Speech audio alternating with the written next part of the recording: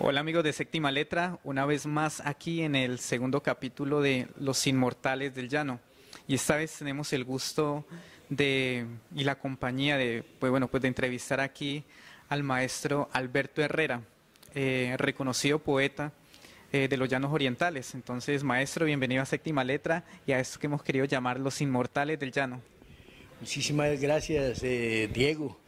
Y para mí es de plena satisfacción saber que existe gente interesada en divulgar y no dejar morir el arte, luchar por conservar nuestras costumbres raizales, sobre todo en la región, a pesar de que tenemos una mentalidad supremamente universal.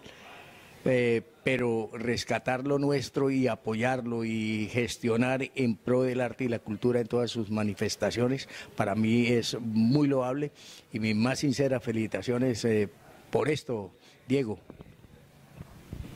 Bueno, yo he tenido la oportunidad en este año de compartir en algunos momentos con Alberto y me he dado cuenta pues de de la gran persona que es, pero sobre todo del talento artístico que posee. Eh, He tenido la oportunidad de conocer la manera como declama poesía, pero qué bueno que usted nos cuente hoy aquí, Alberto, quién es Alberto Herrera. ¿Quién es? En pocas palabras que usted mismo se puede definir. Yo sé que es de las cosas más complejas. Uno puede definir cualquier concepto, cualquier cosa, pero autodefinirse a veces es un poco complejo. Entonces, ¿quién es Alberto Herrera? Bueno, Dieguito, sí, tú lo has dicho, es demasiado complejo definirse uno mismo. Pero bueno, Alberto Herrera es un ciudadano del común y corriente, amante indiscutiblemente del conocimiento y de las letras y sobre todo del arte en todas sus manifestaciones y sobre todo también la cultura. Alberto Herrera, villavicense, me inicié hace algo más de 50 años en el ámbito de la poesía. A los 12 años me presenté en un teatro por primera vez en un Día de las Madres y las madres llorando porque declamé un tema intitulado Elegía a la madre muerta de Ricardo Nieto y las madres lloraban y vaina, entonces eso me llenó de satisfacción. Además, pues, mi abuela, Ana Julia Herrera, que en paz descanse, era una poetisa y una declamadora muy buena. Los hermanos, grandes compositores, a pesar de que sin trascendencia, sin figuración alguna, pero a algunos de sus escritos llegaron a mis manos y poesía muy bonita, muy loable, muy querida. Y de ahí se me pegó la vena por este tipo de arte que es la poesía. Entonces me inicié con la poesía gaucha, escuchando al Indio Duarte. Tuve la oportunidad de viajar a Buenos Aires cuando tenía 19 años a disputar el trofeo del Indio Duarte y fui a participar con los gauchos y me traje el trofeo para Colombia. Después participé en el concurso internacional del poema en Quito, Ecuador, 7 países participando. Tuve la oportunidad de traer el trofeo para Colombia.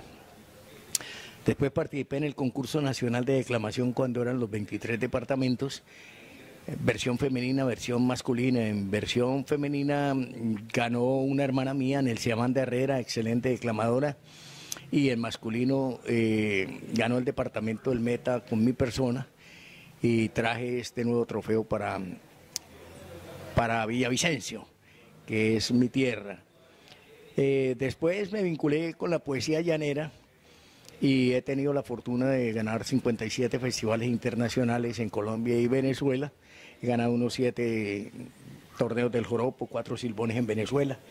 Y bueno, luchando por el arte, es así como, si recuerdas, Diego,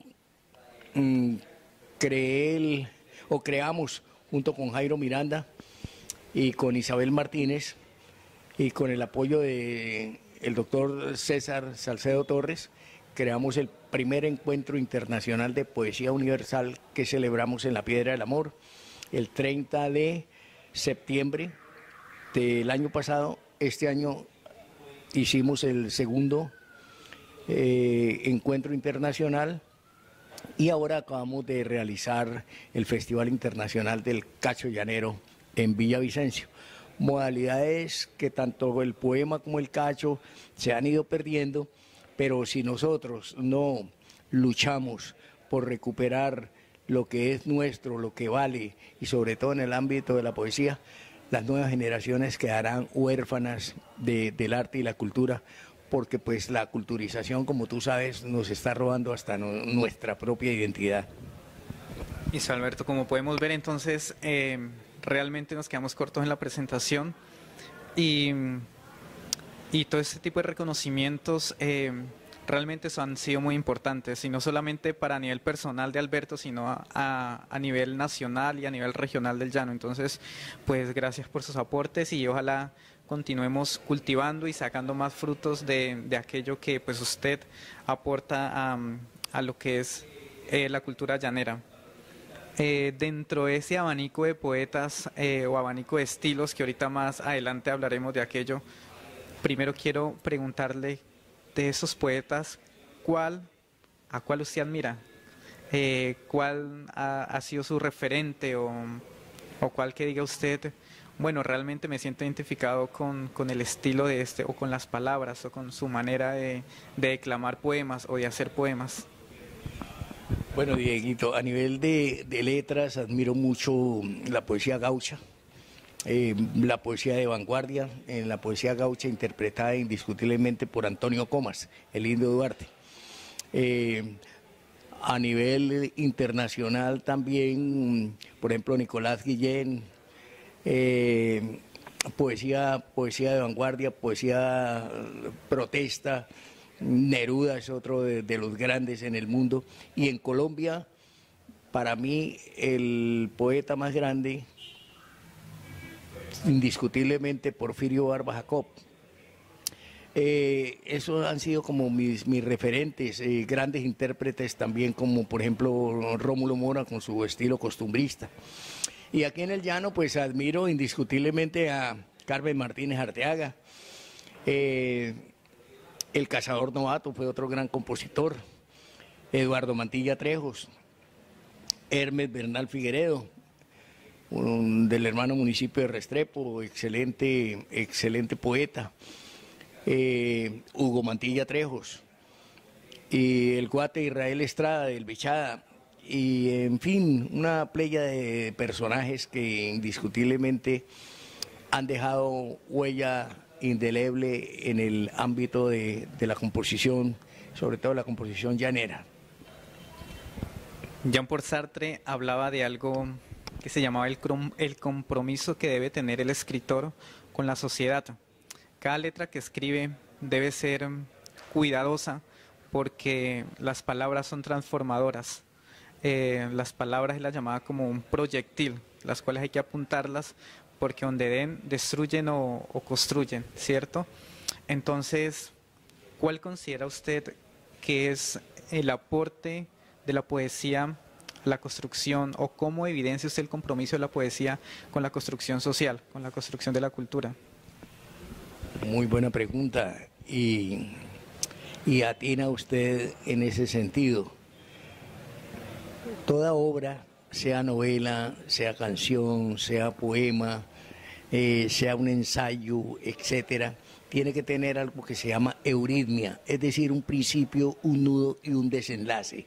Dentro de ese desenlace, indiscutiblemente, que tiene obligatoriamente que llevar un mensaje que invite a la reflexión, un mensaje que lleve una proyección social y comunitaria. De lo contrario, se convertiría en un hacedor de versos sin una finalidad.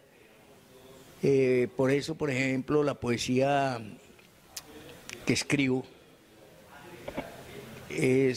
cada poema de mi autoría lleva un mensaje social y de proyección comunitaria indiscutiblemente, porque ese es, digamos, como nuestro compromiso con las letras. Y cuando estoy dictando alguna clase, soy docente, cuando estoy dictando alguna clase, siempre me preocupo por sacar unos 10, 15 minuticos para lanzarles un mensaje a los educandos, para dejarles una reflexión, una enseñanza, una orientación, un camino por el cual deben trasegar para ser hombres de bien. Hay un término muy escuchado y me gustaría que me hiciera mención referente a algo que segrega o reúne a un grupo de poetas y se denominan como los poetas malditos. Referente a este término, ¿cuál es el objetivo de nominar a un grupo de poetas con ese nombre que se torna un poco brusco? Tal vez con qué finalidad o si realmente se busca limitar un lenguaje que eminentemente es libre y que no se tiene por qué limitar de ninguna manera. Entonces, creo que la poesía es de los lenguajes a los cuales se puede llegar más lejos y ¿será que ese tipo de definiciones hacen que algunos poetas no sean leídos o por el contrario se hacen más apetecibles a la lectura? Indiscutiblemente, para, digamos, quienes viven con la entelequia religiosa, por ejemplo, para ellos los poetas malditos o los escritores proscritos o malditos, tal el caso, por ejemplo, de José María Vargas Vila, un bogotano nacido en 1860 en Bogotá, reitero, y murió en Barcelona en 1933. Anticlerical, antirreligioso, en fin, considerado un escritor maldito, y dentro de los poetas llamados mala o buenamente, porque por el contrario, quienes nos interesamos por el intelecto, por la intelectualidad, son nuestras referencias, son los poetas que más leemos. Y precisamente, ¿por qué malditos? Bueno, porque entonces van en contra de la religión, van en contra de las costumbres sociales, van en contra digamos, de todo lo que está frenando el progreso y el desarrollo a nivel espiritual e intelectual.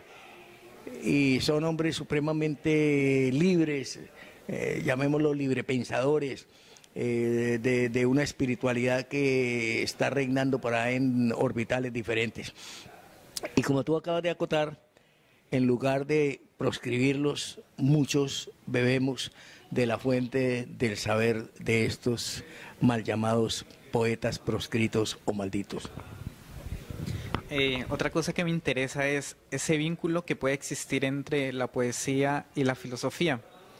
La poesía para Platón, digamos que la alejaba o de cierta manera la desprestigiaba frente a la filosofía, como la filosofía como un mecanismo de generar conocimiento, de construir conocimiento.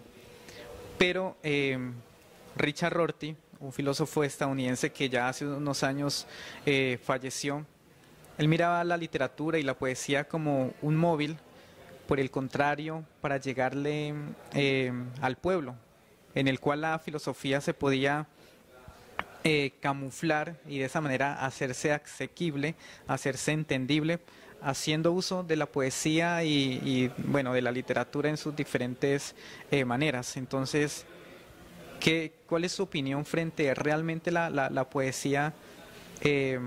¿Es posible aportar un conocimiento o crear conocimiento? Digamos, hay una corriente que es la filosofía latinoamericana, de la cual estoy muy interesado y creo que realmente sí es posible hacer filosofía en nuestros territorios, de que realmente existen lenguajes propios, como los que usted mismo estaba promoviendo hace unos días, que era lo del cacho llanero, una manera de contar las vivencias de las personas y es una manera de ellas interactuar. Entonces, con la poesía sí podemos generar conocimiento, sí podemos hacer ese vínculo de conocimiento. Dieguito, filosofía es una ciencia que busca el porqué de las cosas.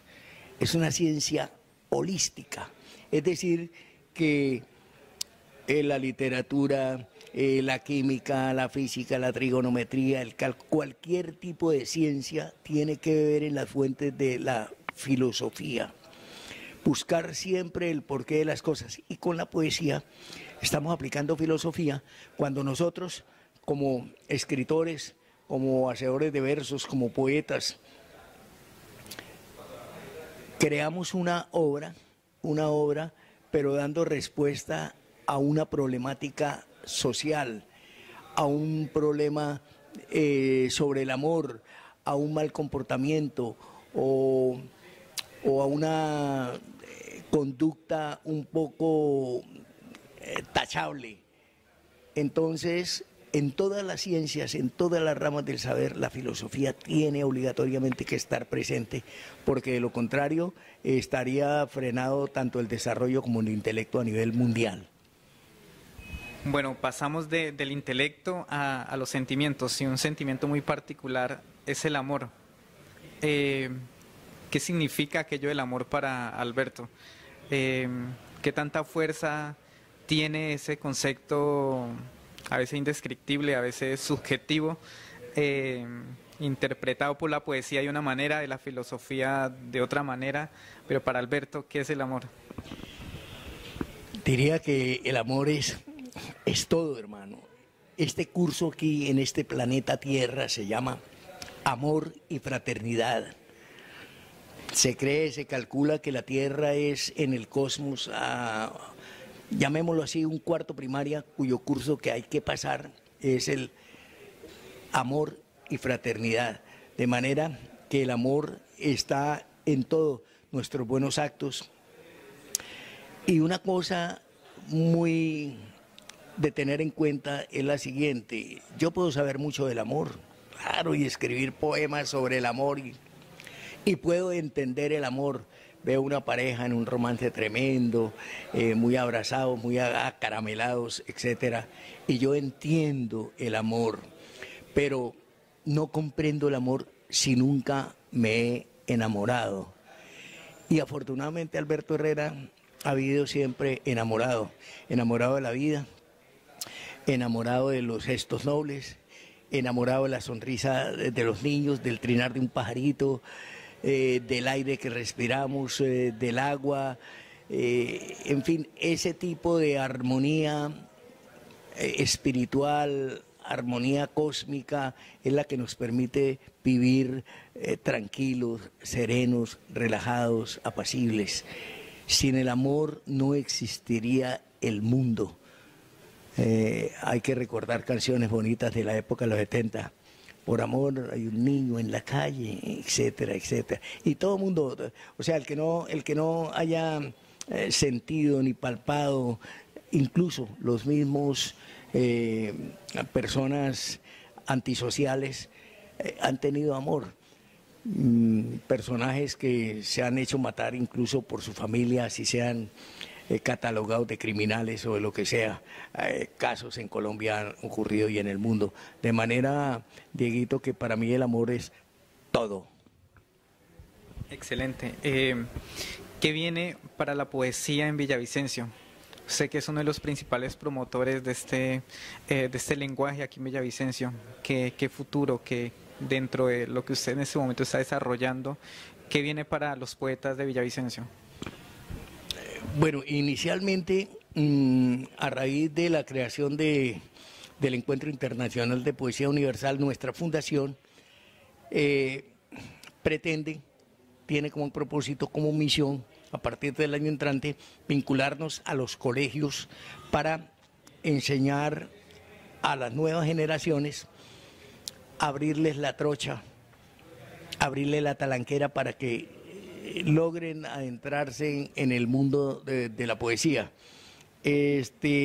Entonces, vamos a crear unos talleres en los colegios que más podamos inicialmente en la localidad, para enseñarles a diferenciar qué es el arte menor, qué es el arte mayor, qué es una rima consonante, qué es una rima asonante,